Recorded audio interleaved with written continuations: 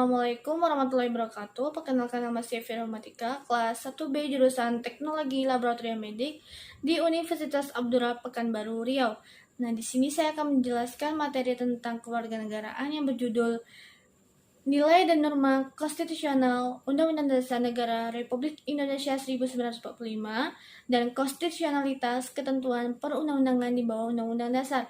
Nah, di sini saya akan menjelaskan beberapa materi. Materi yang pertama, saya akan menjelaskan tentang menelusuri konsep dan urgensi konstitusi dalam kehidupan berbangsa dan negara. Nah, di sini saya akan menjelaskan konstitusi itu apa.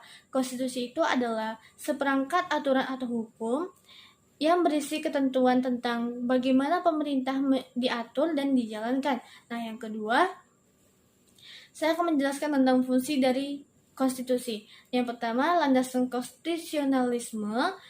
Nah, landasan ini berdasarkan konstitusi, baik dalam arti luas maupun dalam arti sempit. Nah, yang kedua, membatasi kekuasaan pemerintah dengan sedemikian rupa, supaya penyelenggaraan kekuasaan tidak bersifat sewenang-wenang.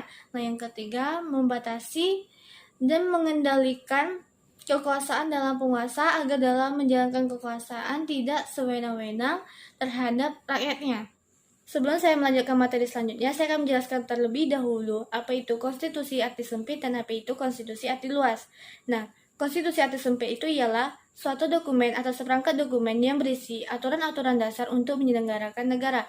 Sedangkan konstitusi arti luas itu ialah peraturan baik tertulis maupun tidak yang menentukan bagaimana lembaga negara dibentuk dan dijalankan. Materi selanjutnya saya akan menjelaskan tentang perlunya konstitusi dalam kehidupan berbangsa dan negara di Indonesia.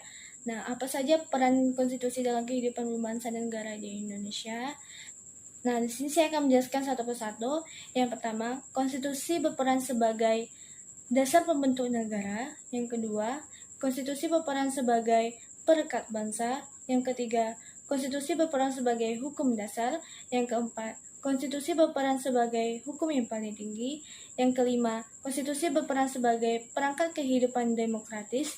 Yang keenam, konstitusi berperan sebagai penjaga demokratis. Yang ketujuh, konstitusi berperan sebagai alat untuk membatasi atau memisahkan kekuasaan negara.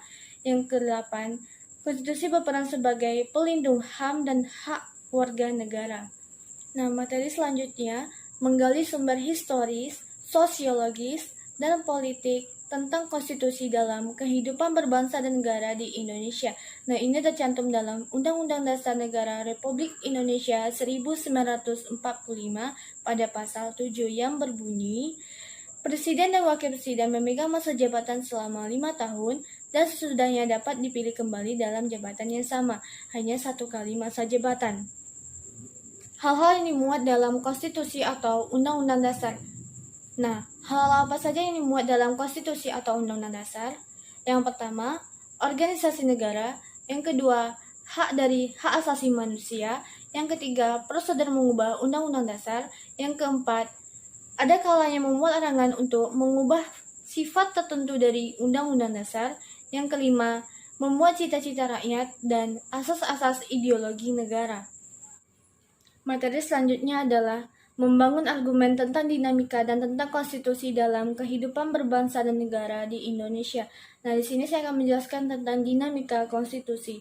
Yang pertama, Konstitusi Republik Indonesia 1949 berlaku pada 27 Desember 1949 sampai 17 Agustus 1950. Yang kedua, Undang-Undang Dasar Sementara 1950 berlaku pada 17 Agustus 1950 sampai 5 Juli 1959. Yang kedua, Orde Lama berlaku pada 5 Juli 1959 sampai 1965. Orde Baru berlaku pada 1966 sampai 1998. Materi selanjutnya saya akan menjelaskan tentang tuntutan reformasi di masyarakat 1998. Nah, tuntutan apa saja yang terjadi pada tahun 1998? Yang pertama, mengamandemenkan Negara Kesatuan Republik Indonesia 1945. Yang kedua, menghapus doktrin DWNI. Yang ketiga, menegakkan hukum dasar kedaulatan rakyat. Yang keempat, desentralisasi atau keadilan. Yang kelima, kebebasan. Yang keenam, kehidupan demokratis. Selanjutnya saya akan menjelaskan tentang perubahan diatur dalam Undang-Undang Dasar 1949 pada pasal 37. Yang pertama, sidang umum MPR pada tahun 1999. Yang kedua, sidang tahunan MPR pada tahun 2000. Yang ketiga, sidang tahunan MPR pada tahun 2001. Yang keempat, sidang tahunan MPR pada tahun 2002. Sekian dari vlog dari saya yang berjudul Nilai dan Norma Konstitusional Undang-Undang Dasar 1945 dan Konstitusionalitas Ketentuan Perundang-undangan di bawah Undang-Undang Dasar. Apabila ada kata-kata yang salah, mohon dimaafkan. Wabillahi taufiq wal hidayah. Wassalamualaikum warahmatullahi wabarakatuh.